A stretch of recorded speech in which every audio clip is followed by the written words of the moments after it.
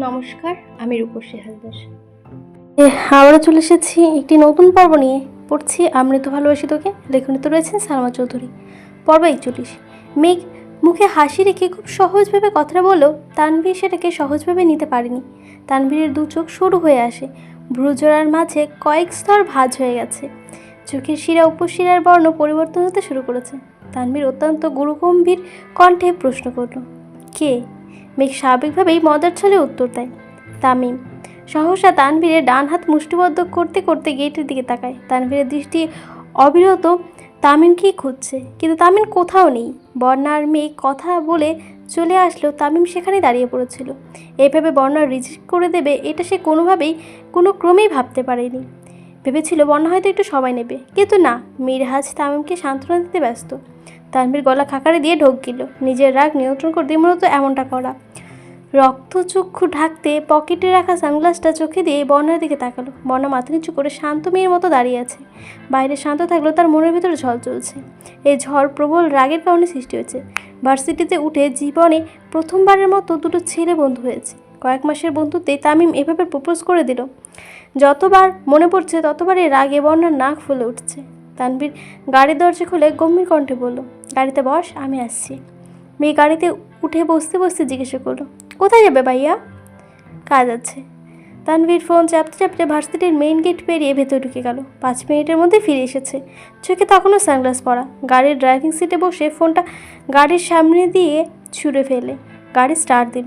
সানগ্লাসের কারণে চোখ দেখা না গেলেও মুখ্য বিবরণে আটকে রাখা নিঃশ্বাসের কারণে গাল দুটো অনেক বেশি গোলগুলো দেখা যাচ্ছে। মেঘ বর্ণাকে এটা সেটা বলে হাসানোর চেষ্টা করছে। তামিমের বিষয়টা বর্ণা সিরিয়াসলি নিলেও মেঘা তো সিরিয়াসলি নেয়নি, বরং খুব মজা পেয়েছিল। কিন্তু বর্ণাকে সে এভাবে মুড অফ করে থাকতে দেবে না। তাই রাজ্যে যত আজগুবি কাহিনী বানিয়ে বানিয়ে বর্ণাকে বলছে। এক পর্যায়ে বর্ণার সব রাগ মেঘের আজগুবি গল্পের কাছে হার মেনে নিয়েছে। বর্ণা হাসতে হাসতে পেট চেপে ধরেছে। এই সাথে মেঘও হাসছে। তানভীর গাড়ির মিররের দিকে তাকিয়ে দুজনের স্বতঃস্ফূর্ত হাসি দেখে দীর্ঘশ্বাস ছেড়ে আবারও মুখ ফুলিয়ে শ্বাস টানল। দুই বান্ধবীর হাসি থামার নামই নেই। আজ সে ড্রাইভারের বদলে তানভীর গাড়ি চালাচ্ছে। এদিকে মেঘের কোনো হুঁশ নেই। আচমকা বর্ণার নজর মিররের পড়তে আটকে ওঠে। মেঘের হাতটা চেপে ধরে। শেষ। তানভীরের গৌরগম্ভীর চেহারা দেখে দুই বান্ধবীর হাসি গায়েব। চোখে চোখে ইশারায় কথা বলছে। তখনই তানভীর ফোনে কল আসে। কলটা রিসিভ করে লাউডস্পিকারে রেখে দেয়। তানভীর স্বাভাবিক কণ্ঠে প্রশ্ন করে, কোথায় আছিস? তানভীরের কণ্ঠ শুনে মেঘ নড়েচড়ে বসে। বিড়বিড় করে বন্যাকে বলে, এই যে হিটলার কল দিয়েছে। তানভীর গুরুগম্ভীর কণ্ঠে জবাব দেয়, রাস্তায়। তার আবির উত্তেজিত কণ্ঠে বলল, আমার। এমনি তানভীর লাউডস্পিকার অফ করে এক হাতে ফোন কানে ধরেছে। দু একটা কথা জবাব দিল না দিলেও তানভীর গম্ভীর কণ্ঠে প্রশ্ন করলো, তোমাকে আমি কতগুলো টেক্সট করেছি, তুমি কি সেগুলো দেখোনি? আবিরের উত্তর শোনা গেল না। তানভীর কিছুটা রাগান্বিত কণ্ঠে বলল, সেগুলো দেখে দ্রুত রিপ্লাই করো, রাখছি। পটা আর মেঘ দুজনেই মুখ চাওয়াচুই করলো। কারো মুখে কোনো কথা নেই। কিছুক্ষণের মধ্যেই তারা একটা রেস্টুরেন্টে ঢুকলো। মেঘদের বসে তানভীর সোজা ফ্রেশ হতে চলে গেছে। চোখে মুখে পানি দিয়ে টিস্যু দিয়ে হাত মুখ মুছতে মুছতে ওদের বিপরীতে বসে। সে ভার্সিটির সামনে সানগ্লাস পরেছিল, সেটা সবেমাত্র করেছে। মেঘ খাবারের কথা বলতে গিয়ে তানভীরের দিকে তাকাতেই ভয় পেয়ে যায়। করুণ কণ্ঠে আর্তনাদ করে ওঠে, ভাইয়া, তোমার চোখ এত লাল হয়ে গেছে কেন? মেঘের আর্তনাদে বন্যা সেদিকে তাকায়। চোখাচোখি হয় দুজনে। তানভীরের চোখের প্রতিটি শিরা উপশিরা রক্তাভ হয়ে আছে। তা দেখে বন্যা ভয় পেয়ে গেছে। দৃষ্টি সরিয়ে নিয়েছে বন্যা। তানভীর ও অন্যদিকে তাকিয়েছে, কিন্তু মেঘ অনর্গল প্রশ্ন করেই যাচ্ছে, তোমার চোখে কি কিছু পড়েছে? তুমি কি অসুস্থ? কিছু হয়েছে? রাগ উঠেছে? কোনো বিষয় নিয়ে আপসেট? বোনের অবিরাম প্রশ্নের উত্তরে তানভীর শুধু বলল, চোখে মুখে পানি দিয়েছি, হয়তো তার জন্যে। মেঘ সূক্ষ্ম দৃষ্টিতে দেখার চেষ্টা করেছে। ভ্রুযুগল কুঁচকে আছে। সে আবিরের রাগান্বিত চোখে দেখেছে, কিন্তু এতটা ভয়ানক নয়। মেঘ পুনরায় বলল, পানি দিয়ে চোখে তো লাল হয়? আমায় বেক্কেল পাইছো? ভালো করে তাকাও তো দেখি। তানভীর টেবিলে থাকা সানগ্লাসটা নিয়ে পুনরায় চোখে দিয়ে ভারী কণ্ঠে বলল, হয়েছে, এত ডাক্তারি করতে হবে না। মেঘ ভেঙচি কেটে বলে উঠল, আমার ভাইয়ের ব্যাপারে আমি ডাক্তারি করবো না তো কে করবে শুনি? অবশ্যই তুমি চাইলে অন্য ব্যবস্থা করতে পারি। তানভীর কপাল কুটিয়ে প্রশ্ন করলো, কী ব্যবস্থা? আব্বুকে বলে একটা ডাক্তার ভাবি বাসায় নিয়ে আসবো, তখন আর আমার ডাক্তারি করতে হবে না। চোখ লাল কেন, হাত কাটা কেন, মাথা ধরা কেন, সব কিছু চিকিৎসা ভাবিই করবে। তানভীর ফোন রিসিভ করে উঠতে উঠতে বলল, হ্যাঁ, ডাক্তারের মেয়ের বাপেরা তো আমায় মেয়ে দেওয়ার জন্য বসে আছে। পাকামি বাদ দিয়ে খাবার শেষ কর। তানভীর কথা বলতে বলতে উঠে গেছে। বন্যা মেঘের দিকে তাকিয়ে ফিক করে হেসে উঠল। এতক্ষণ যাবৎ অনেক কষ্টে সে হাসি আটকে রেখেছিল। বন্যার হাসি দেখে মেঘ প্রশ্ন করলো, হাসছিস কেন? তোর কথা শুনে আমি কল্পনায় তোর ভাইয়ের আর ভাবিকে নিয়ে ভাবছিলাম। তোর ভাইয়ের যে রাগ আর তেজ, কোনো মহিষীর কপালে যে পূর্বে আল্লাহই জানে। ভাবি সকাল সন্ধ্যা হাসপাতালে ভর্তিই থাকবে। মেয়ে গাল ফুলিয়ে শ্বাস ছেড়ে বলল, তোরা বলছে আমার ভাই যতটা রাগী তার থেকে অনেক গুণ বেশি কেয়ারিং। খুব রাগ আর উগ্র মেজাজ হলে আমার মায়ের খেয়ে সারা বছর হাসপাতালে ভর্তি থাকতে হইতো, অথচ আমার ভাই আজ অবধি পর্যন্ত আমার কাছে একটা থাপ্পড়ও দেয়নি। বন্যা ঠান্ডা স্বরে বলল, আমি বিশ্বাস করি না। সত্যি করে বল, কয়দিন মার খাইছিস? সত্যি বলছি, একদিনও না। এর মধ্যে তানভীর চলে এসেছে। ভারী কণ্ঠে বলল, খেতে বসে এত কথা কি? মেঘ পাস্তার প্লেট তানভীরের দিকে এগিয়ে দিয়েছে। তানভীর খাবে না। মেঘদের খাবার শেষ করতে করতে কম করেও 4 থেকে 5 বার ফোন করে কথা বলার জন্য উঠে গিয়েছে সে। যতবারই এসে বসেছে ততবার মেঘ এটা সেটা ধরেছে, সেধেছে, কিন্তু তানভীর কিছুই নেয়নি। অবশেষে মেঘ আর বন্যা জোড়াজুড়িতে তানভীর একটা ড্রিঙ্কস নিয়েছে। কালো রঙের গ্লাস ভেদ করে তানভীর এক দৃষ্টিতে তাকিয়ে আছে বন্যার লালিত মুখমণ্ডলে। মেয়েটা আহামরি সুন্দরী নয়, তবে তার চোখের দিকে তাকালে মনে হয় উপচে পড়ছে তীব্র মায়া। ছোট থেকেই মেয়েটাকে দেখছে তানভীর, কিন্তু কখনো এইভাবে চোখ মুখ খেয়াল করেনি। তবে ইদানিং মেয়েটার প্রতি অন্যরকম টান কাজ করে। রাত বেরোতে হঠাৎই তাকে দেখার স্বাদ জাগে। দেখা হলেও ঠিকমতো তাকাতে পারে না। চোখাচোখি হলে মেয়েটা লজ্জায় নুয়ে যায়। মেয়েটার অস্বস্তি দেখে তানভীর আর তাকাতে পারে না। সামনে থাকলে তাকালে পারে না ঠিক, কিন্তু চোখের আড়ালে করে বুকের ভেতর ছটফটানি শুরু হয়ে যায়, যে ছটফটানি বলে ব্যাখ্যা করা সম্ভব নয়। আজ মেঘের সাথে থাকায় বন্যার মেঘের সঙ্গে কথা বলার ব্যস্ত। এই সুযোগে তানভীর মুখ টুকিতে বন্যাকে দেখেই যাচ্ছে। আচমকা তানভীরের 2 টোকের 1 ইঞ্চি প্রশস্ত হলো। ফোন হাতে নিয়ে ফেসবুক টাইমলাইনে একটা পোস্ট করলো, তুমি আমার ক্ষয়িষ্ণু হৃদয়ের মায়াময় প্রশান্তি। ওদের খাওয়া শেষ অনেকক্ষণ হলো। মেঘ কয়েকবার তানভীরকে চলে যাওয়ার কথা বলেছে, কিন্তু তানভীর তার কানে তুলছেই না। বন্যার বাসা থেকে কল এসছে। কথা শেষ করে বন্যা চেয়ারে থেকে উঠতে উঠতে বলল, আমি আসছি মেঘ, বাসায় যেতে হবে। মেঘ ঘাড় কাত করে সম্মতি দিলেও তানভীর হুঙ্কার দিয়ে ওঠে, এই মেয়ে, কোন সাহসে উঠে যাচ্ছ? বসো বলছি। বন্যার সম্পূর্ণ দেহ একসাথে কম্পিত হয়, সেই সাথে হৃৎপিণ্ড থেমে গেছে কয়েক সেকেন্ডের জন্য। ধপ করে চেয়ারে বসে পড়েছে, নিঃশব্দে শ্বাস ছাড়ল। এমনভাবে সে কখনো কারো ধমক খায়নি। ভয়ে কলিজা পর্যন্ত ঠান্ডা হয়ে গেছে। বন্যার সাথে মেঘও কিছুটা ভয় পেয়ে গেছে। 2 জোড়া চোখ অসহায়ের মতো তানভীরের দিকে তাকিয়ে আছে। তানভীর কপাল কুঁচড়ে বিরক্তি স্বরে বলল, আমি যখন নিয়ে এসেছি বাসা পর্যন্ত আমিই দিয়ে আসবো। বন্যা কণ্ঠস্বর খাদে নামিয়ে বলল, এমার্জেন্সি বাসায় যাওয়া প্রয়োজন আমার। কেন? বাসায় যাওয়ার তো তাড়া কিসের? নানু অসুস্থ, দেখতে যেতে হবে। ও আচ্ছা, চলো তাহলে।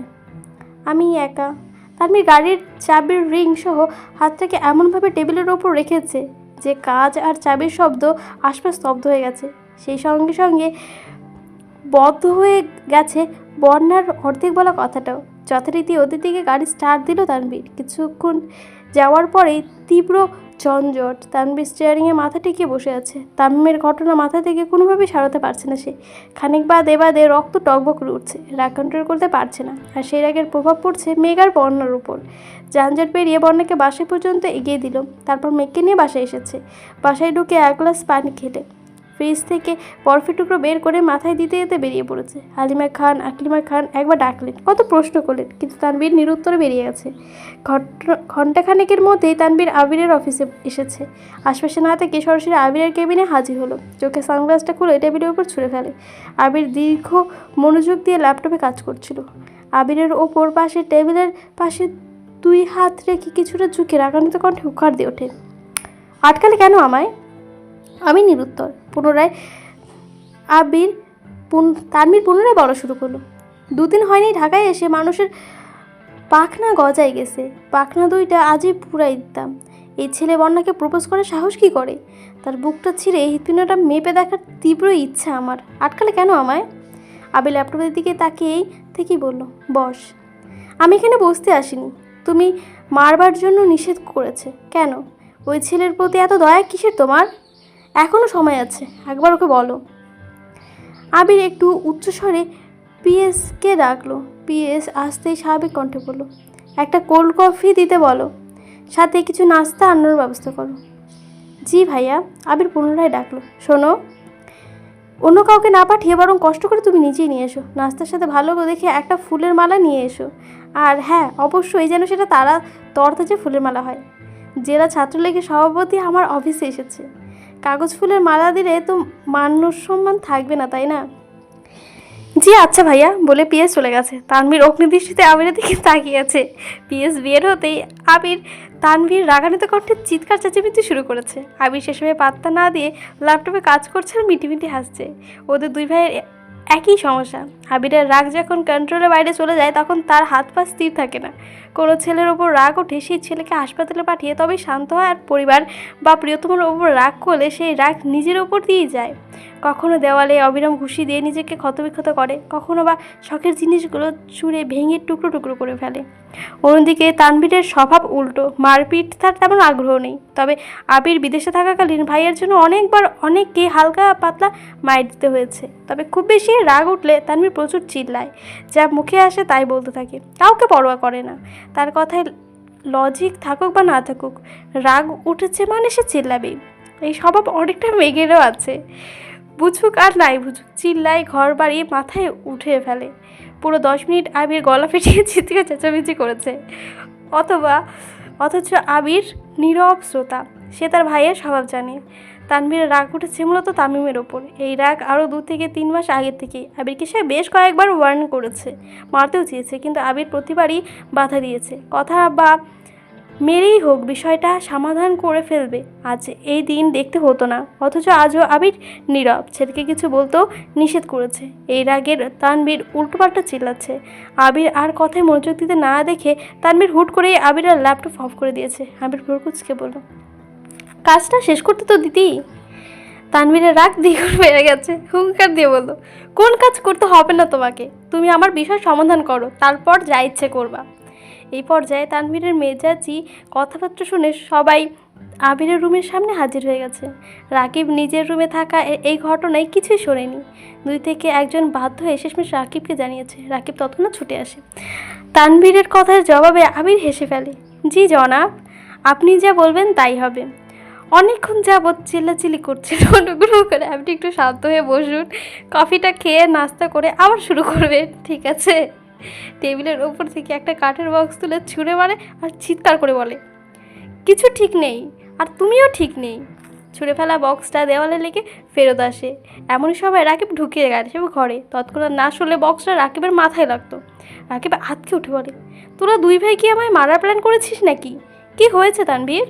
তানভীর রাগী কণ্ঠে বলল, তোমার বন্ধু আমার ভাই হতে পারেই না, এই আবিরকে আমি চিনি না। কেন, কি হয়েছে? তানভীর পুনরায় বলল, তোমার বন্ধু দেশে ফেরার কারণটা তোমার মনে আছে ভাইয়া? হ্যাঁ, জয়কে পেটাতে। এক ছেলেকে পেটানোর জন্য নিজের কাজ শেষ না করে এমার্জেন্সি টিকিট ম্যানেজ করে দেশে ফিরেছে। আমরা কতবার বলেছিলাম জয়ের বিষয়টা আমরাই দেখতে পারবো, অথচ সে আমার কথা না মেনেই দেশে ফিরেছে। ওই ছেলেকে মেরে হাসপাতালে পাঠাইছে। টানা 3 মাস ধরে হাসপাতালে ভর্তি ছিল। ওই ছেলের অপরাধ কি? আমার বোনের সাথে কথা বলতে চেয়েছিল, কথা তো বলতেই পারেনি, উল্টো হাত পা ভাঙলো। অথচ 3 মাস হলো বোন 2টো ছেলের সঙ্গে চলাফেরা করে, কথা বলে, এদিকে ওদিকে যায়, হুঁশ নেই। এ কোনোভাবেই আমার ভাই হতে পারে না। রাকিব মৃদু হেসে বলল, এই বিষয় নিয়ে আমিও আবিরকে অনেকবার বলেছি, কিন্তু ওর মাথায় কী ঘুরছে এটা আল্লাহ ছাড়া কেউ জানে না। এই যে অফিসে আসে, নিজের মতো কাজ করে, কাজ শেষে চলে যায়, এমন তো কোনো কথাই বলে না। কোনো কিছু 10 বার জিজ্ঞাসা করলে উত্তর দেয় না। তানভীর কিছুক্ষণ নীরব থেকে আবিরের দিকে তাকিয়ে হঠাৎই গম্ভীর কণ্ঠে বলল, আমার খুব ভয় হচ্ছে, ভাইয়ের এমন আচরণ আমার খুব ভাবাচ্ছে। ভাই হয়ে বোনের প্রতি অন্যায় করছি না তো? যাকে চোখ বন্ধ করে ভরসা করছি, যার হাতে আমার একমাত্র আদরের বোনকে তুলে দিয়েছি, সে আমার বোনকে কোনোভাবে ঠকাবে না তো? আবির ভ্রু কুচকে আসে। 2 ভ্রুর মাঝে কয়েক স্তর ভাঁজ পড়ে। গৌরগম্ভীর কণ্ঠে বলে, কী সব বাজে কথা বলছিস? অনেক হয়েছে, এবার থাম। তানভীর পুনরায় উচ্চস্বরে বলে, কেন থামবো? আমি কি এমন বাজে কথা বলেছি? তুমি বেশ কিছুদিন যাবৎ আমার বোনকে ইগনোর করে চলছো। কি ভাবছো আমি কি দেখিনি? আমাকে কিছু শেয়ার করো না, নিজের মর্জি মতো চলো। 2 থেকে 3 দিনের জন্য বাড়ি থেকে গায়েব হয়ে গেছো। এত তো কল দিলাম, রিসিভ করা প্রয়োজন মনে করোনি। একটা সময় পর্যন্ত যে আবির ভাইয়া বলতো, আমার বোনের চোখে নিজের ধ্বংস দেখে। সে এখন আমার বোনের হাস্যোজ্জ্বল জীবনটাকে ধ্বংস করে উঠতে লেগে পড়েছে। সত্যি করে বলো তো, আমার বোনের থেকেও তোমার কি জীবনে কি অন্য কোনো গুরুত্বপূর্ণ জিনিসের আবির্ভাব ঘটেছে যে তুমি আমার বোনকে এত অবহেলা করছো? নাকি তোমার জীবনে নতুন কোনো রমণীর আগমন ঘটেছে যা তোমার বোনের থেকেও? তানভীর কথাটা সম্পূর্ণ করার আগে আবির রাগান্বিত কণ্ঠে বলল, আমার লোচনে দেখা ভয়ঙ্কর সুন্দরী হলো আমার মেঘ। এই তল্লাটের লক্ষ কোটি সুশ্রীদের ভিড়েও আবিরের দৃষ্টি এক কাদম্বনীতেই আটকে থাকবে। নিষ্ঠুর পৃথিবীতে তার মোহাচ্ছন্নতা ব্যতীত আবিরকে ধ্বংস করার কোনো অস্ত্র এখনও আবিষ্কারই হয়নি। শেষবারের মতো বলছি, কান খুলে শোন। তোর বোনেই আমার জীবনের একমাত্র রমণী, যার আগে বা পরে ভুলক্রমে কোনো মেয়ে আমার জীবনে আসেনি, আর আসবেও না। তোর বোন ছিল, আছে, আর সারা জীবন পাশেই থাকবে। এই আবিরের ওপর তার কৃতিত্ব চালাবে। এক আবিরের প্রাণ এক মেঘেতেই নিবদ্ধ। যদি তাই হয় তবে আমার বোনের প্রতি এত অবহেলা কেন? আমার বোনকে কেউ অবহেলা করলে এটা আমি কখনোই সহ্য করব না। সেটা যদি সাজ্জাদুল খান আবিরও হয় তাও। Don't care. আবির ভ্রু উঁচিয়ে চোখ বড় বড় করে তাকিয়ে আছে। তানভীর যে তাকে ঠান্ডা হুমকি দিচ্ছে আবির খুব ভালোভাবে বুঝতে পারছে, তাই এইভাবেই চেয়ে আছে। ভাই হিসেবে কি আমি চাইবো না যে আমার বোন সবসময় হাসিখুশি থাকুক? এটা কি আমার অপরাধ? আবির নিচের চেয়ারে হেলান দিয়ে বসে কণ্ঠস্বর দ্বিগুণ ভারী করে বলল, আমার বোনকে তোর বোনকে অবহেলা করার জন্য তোমার নামই দায়ী, তোমার বোনই দায়ী। ওকে আমি যতটা সম্ভব আগলে রাখি। ভার্সিটি ওঠার পর থেকে সব রকম স্বাধীনতা দিয়েছি শুধুমাত্র তোর বোনকে খুশি রাখার জন্য।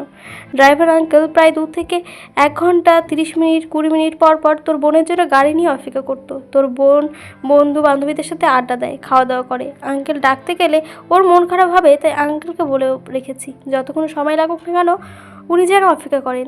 আমার সাথে সবটুকুতে চেষ্টা করি তোর বোনকে হাসি খুশি রাখার। তোর বোনের অবহেলা দেখে তোর কষ্ট হচ্ছে, অথচ তোর বোন যখন আমাকে অবহেলা করে রাখে তখন আমার খারাপ লাগে না? যেখানে তোর বোনের ঠোঁটে হাসি না থাকলে আমার বুকে চিনচিন ব্যথা শুরু হয়ে যায়। যার হাসিতে আবির বাঁচে, তার হাসি না দেখে আবির বাঁচতে পারে কেমন করে? কি হয়েছে? মাইশাপুর বিয়েতে সময় তুই না করা সত্ত্বেও আমি জোর করে ওকে নিয়ে এসেছিলাম যাতে মালা তার বিয়ে বোনের মাথায় আজে বাজে কথা ঢুকাতে না পারে। ভার্সিটি ক্লাস শেষে আমার জন্য ওয়েট করতে বলেছিলাম। তোর বোনের হাতে মেহেন্দি নষ্ট করেছি, মন খারাপ করেছিল। ভাবছিলাম মেহেন্দি মোছার বিষয়টা ওকে বুঝিয়ে বলবো, অথচ তোর বোনের অপেক্ষা করা ধৈর্য হয়নি। বন্ধুদের সাথে খেতে চলে গেছে। যাও ভেবেছিলাম ওকে বোঝাবো, ওর আচরণে কথা বলতেই ইচ্ছে হয়নি। তারপর আরেক দিন ফেসবুকে ঢুকে তোর বোনের পোস্ট দেখলাম এসেছে। সেখানে তামিম আর মিজাজের উল্টোপাল্টা কমেন্ট দেখে আমার পায়ের রক্ত মাথায় উঠে গেছে। স্বাধীনতা দিয়েছি বলে এই ছেলেগুলোকে বেস্ট ফ্রেন্ডে অ্যাড করে ফেলেছে, একবার ভাবার প্রয়োজন বোধ করেনি। এদিকে বাসায় যাওয়ার পর তোর বোন কি যেন বলতে আসছিল। আমি এক প্রকার রেগে কথা বলেছিলাম, এতে তোর বোন রেগে গেছে। তারপর রাতে তোদের বাপ ছেলের কথোপকথন শুনে আমার মেজাজ আরও খারাপ হয়ে গেছিলো। তোর বাপ যেভাবে মেয়ের শ্বশুরবাড়ির সুখের কথা বলছিল তা সহ্য করতে পারিনি, তাই চলে এসেছিলাম। 5 দিন থাকলে আজ মোটামুটি কাজ গুছাতে পারতাম। নতুন বছর শুরু হচ্ছে, ভেবেছিলাম 12টায় তোর বোনকে কল দিয়ে একটু কথা বলে নেব, কিন্তু 10টার দিকে দেখি তোর বোন অনেকগুলো কল দিয়েছে। কল ব্যাক করতেই শুনি কান্না করছে। কিসের কাজ কিসের কি সব ফেলে বাসায় গেছি তোর বোনের অভিমান ভাঙাতে, সুযোগটাও পেলাম না। হুট করে মালা কল দিয়েছে। দুর্ভাগ্যক্রমে তোর বোন সে কল দেখে ফেলেছে, আর তেলে বেগুনে জ্বলে উঠেছে সে। সেই থেকে তোর বোন আমার দেখলে রাগে ফুঁসতে থাকে। এতে আমার কি দোষ বল? মালাকে কি আমি বলেছিলাম আমায় কল দিয়ে আমার রোমান্টিক মুডের 14টা বাজিয়ে দিতে? তাহলে কার দোষ? আর মালাই কি লজ্জা বলতে কিছু নেই? বিয়ের দিন তো তুই সামনেই ছিলি, যা যা ঘটেছে সবটাই তোর স্বচক্ষে দেখা। এখন মালার যদি লজ্জা না থাকে তো কী করবো বল? মালা কেন কল দিয়েছিল? জানি না, কথা হয়নি। ফোনটা দাও। আমার ফোন? হ্যাঁ, কেন? তুমি যা বলছো তা কি সত্যি নাকি দেখব? মানে তুই কি তোর বোনের মতো আমায় অবিশ্বাস করছিস? বিশ্বাস অবিশ্বাসী কিছু নেই। আমার বোন যতদিন আমার ওপর অধিকার থাকতে পারবে ততদিন আমাকেই সেটা দায়িত্ব পালন করতে হবে। যদি একটু এদিক সেদিক পাই তাহলে বোনকে দেব না। আবির ফোন বের করে তানভীরের সামনে টেবিলে রেখে রাগী স্বরে বলল, নে ফোন, যা পরীক্ষা করার কর, কিন্তু বারবার তোর বোনকে টেনে আমায় থ্রেট দিবি না। তোর বোন আমার মানে আমারই, বেশি করলে ওকে কিডন্যাপ করে বিয়ে করে ফেলবো। তানভীর হেসে ফোনটা নিল। হোম স্ক্রিনে মেঘের ছবি দেওয়া। তানভীরের আবিরের দিকে তাকিয়ে মুচকে আসলো। আবির স্বাভাবিক কণ্ঠে বলল, ভাই প্লিজ, একটা ফাইল ছাড়া যা দেখার দেখ। তানভীর ঠাট্টা স্বরে বলল, কেন, কী আছে ওই ফাইলে? দেখতে হচ্ছে তো, তোর বোনের আর আমার ছবি আছে, যা দেখে আয়। ছবি দেখে লজ্জা পাইলে আমি দায়ী না। তানভীর 1 মিনিটে হেসে আবিরের ফোনে গিয়ে দিল, বোনের সাথে কথা বলো। আবির ফোনের স্ক্রিনে তাকাতেই নাম ভেসে উঠেছে, হৃদয় হরণী। কয়েক সেকেন্ড হয়ে কল রিসিভ করেছে। আবির কল কানে ধরতে ধরতেই তানভীরের দিকে তাকিয়ে কপাল কুঁচকালো। এভাবে মেঘকে কল দেওয়ায় খুব অস্বস্তি বোধে পড়ে গেছে সে। ফোন কানে ধরে খুব স্বাভাবিক কণ্ঠে আবির প্রশ্ন করলো, কি করছিস? মেঘের রাগান্বিত কণ্ঠে জবাব এলো, ঘাস কাটছি। মানে? শুয়ে আছি। খাইছিস? ভাইয়ার তীর দিয়েছে, জানেন না? জানি। তাহলে জিজ্ঞাসা করছেন কেন? এমনি। কল দিয়েছেন কেন? দিতে পারি না? অবশ্যই পারেন, কিন্তু আমায় কল দেবেন না। রাখছি, ঘুমাবো। মেঘ কল কেটে দিয়েছে। আবির তানভীরের দিকে তাকিয়ে রাগে কণ্ঠে বলো, দেখেছিস, এর জন্যই কথা বলি না। ওই যে ছেলের সাথে মিশেছে, ঘুরেছে, সেদিকে কোনো সমস্যা নেই। আমায় কেন মালা কল দিয়েছে, এটাই ওর জিদ। এমনই করেছে সেদিন থেকে। এই হলো মেয়ে জাতি। নিজের বেলায় 16 আনায় 16 আনাই রাখবে, আর অন্যের বেলায় দুনিয়া ভেসে যাক। তানভীর আর আকিব দুজনই সশব্দে হেসে ফেলেছে। দুই ভাইয়ের কথোপকথন রাকিব এতক্ষণ নির্বাক দর্শক ছিল। দুই ভাই রাগারাগি করবে, একটু পরেই মিলে যাবে, এটাই অনেক দিনের পুরনো ঘটনা। অনেকক্ষণ আগে কফি আর নাস্তা দিয়ে এসেছে। মালাটাও রাকিবকে নিয়ে গিয়েছিল, কিন্তু ওদের কথোপকথন দেখে রাকিব ফুলের মালাটা পাশেই রেখে দিয়েছে। তানভীরের মেজাজ এখন অনেকটাই শান্ত, সে আপন মনে কফি খাচ্ছে। আবির মৃদু হেসে প্রশ্ন করলো, তুই এখানে কেন এসেছিলি বলতো? তামিমকে মারতে? তো তার জন্যই। অথচ 1 ঘন্টা যাবত তোর বোনকে নিয়ে ঝগড়া করছিস। এখন তুই ভাব তোর রাগ কেমন। লজিক থাকুক আর না থাকুক, রাগ উঠেছে মানে চিল্লাতেই হবে। তানভীর ভারী কণ্ঠে পুনরায় হাঙ্কার দিয়ে উঠল, তুমি অনুমতি দিলে ওই ছেলেকে এখনই মাটিতে পুঁতে দিয়ে আসবো। তাতে কী লাভ হবে শুনি? আমি পুরো ঘটনাই জানি, তুই যা বলছিস সেটা বুঝেছি, কিন্তু সমস্যাটা হচ্ছে ওনার ব্যাপারে যতটুকু তথ্য আমি পেয়েছি, উনি খুব বাস্তববাদী একজন মানুষ আর খুব স্ট্রিক্ট। তোর বোন জেদি আছে ঠিকই, তবে তাকে সামলানোর ক্ষমতা আমি রাখি। কিন্তু তোর যে অবস্থা, রাগ উঠলে লজিক বেলজিকের যেখানে একাকার করে ফেলিস, থাকার কিছু বললাম না। এখন মূল ঘটনায় আসি। তোর ওনাকে তামিম প্রপোজ করেছে। এটি উনি স্ট্রং মেন্টালিটির মেয়ে না হলে হয়তো উনি ওদের মুখের উপর রিজেক্ট করতে পারতো না, সময় নিত, ভাবতো, পরে ইনিয়ে বিনিয়ে না করতো। এখন এই ঝামেলাবিহীন ঘটনায় তুই গিয়ে হুট করে ছেলেটাকে পেটাবি। এতে আর কিছু হোক আর না হোক, বন্যার সামনে তোর ইমেজটা নষ্ট হয়ে যাবে। তুই রাজনীতি করিস, এটা অলরেডি একটা নেগেটিভ ইস্যু। এখন এইভাবে মারপিট করলে অবশ্যই বন্যার কানে কথা যাবে, তোর প্রতি তার নেগেটিভ চিন্তাভাবনা আরও বেড়ে যাবে। এখন তো কথা বলে, পরে দেখবি কথাটাও বলা বন্ধ করে দিয়েছে। এখন প্রপোজ করতে গেলে জীবনও অ্যাকসেপ্ট করবে না, বরং সম্পর্ক আরও নষ্ট হবে। আমি চাই না তুই একই ধাক্কায় দুবার খাস। প্রথমবার তোর ভুল হয়েছিল, তবুও কষ্টটা তুই বেশি পেয়েছিস। এত বছর পর নতুন করে কারোর প্রতি ইমোশন এসেছে, ইমোশনটা ধরে রাখিস। ভুল রাস্তায় পা বাড়ানোর আগে অন্তত পক্ষে 10 বার ভাববি। আর এই ছেলে যদি বাড়াবাড়ি করতে আসে, তখন বিষয়টা আমিই দেখব। তুই তবুও কিছু করিস না প্লিজ। তুই যেমন তোর বোনের খুশি চাস, তেমনি আমিও তোদের দুজনের খুশি চাই। ভুলে যাস না, আমার সবই এক মায়ে বন্ধনে আবদ্ধ।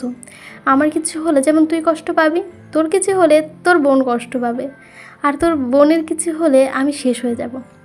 পর্বটা এখানে শেষ হয়ে গেল। কেমন হচ্ছে অবশ্যই জানাবেন। ভালো লাগলে অবশ্যই লাইক, কমেন্ট এবং সাবস্ক্রাইব করে দেবেন। আসছি আজকে, ধন্যবাদ।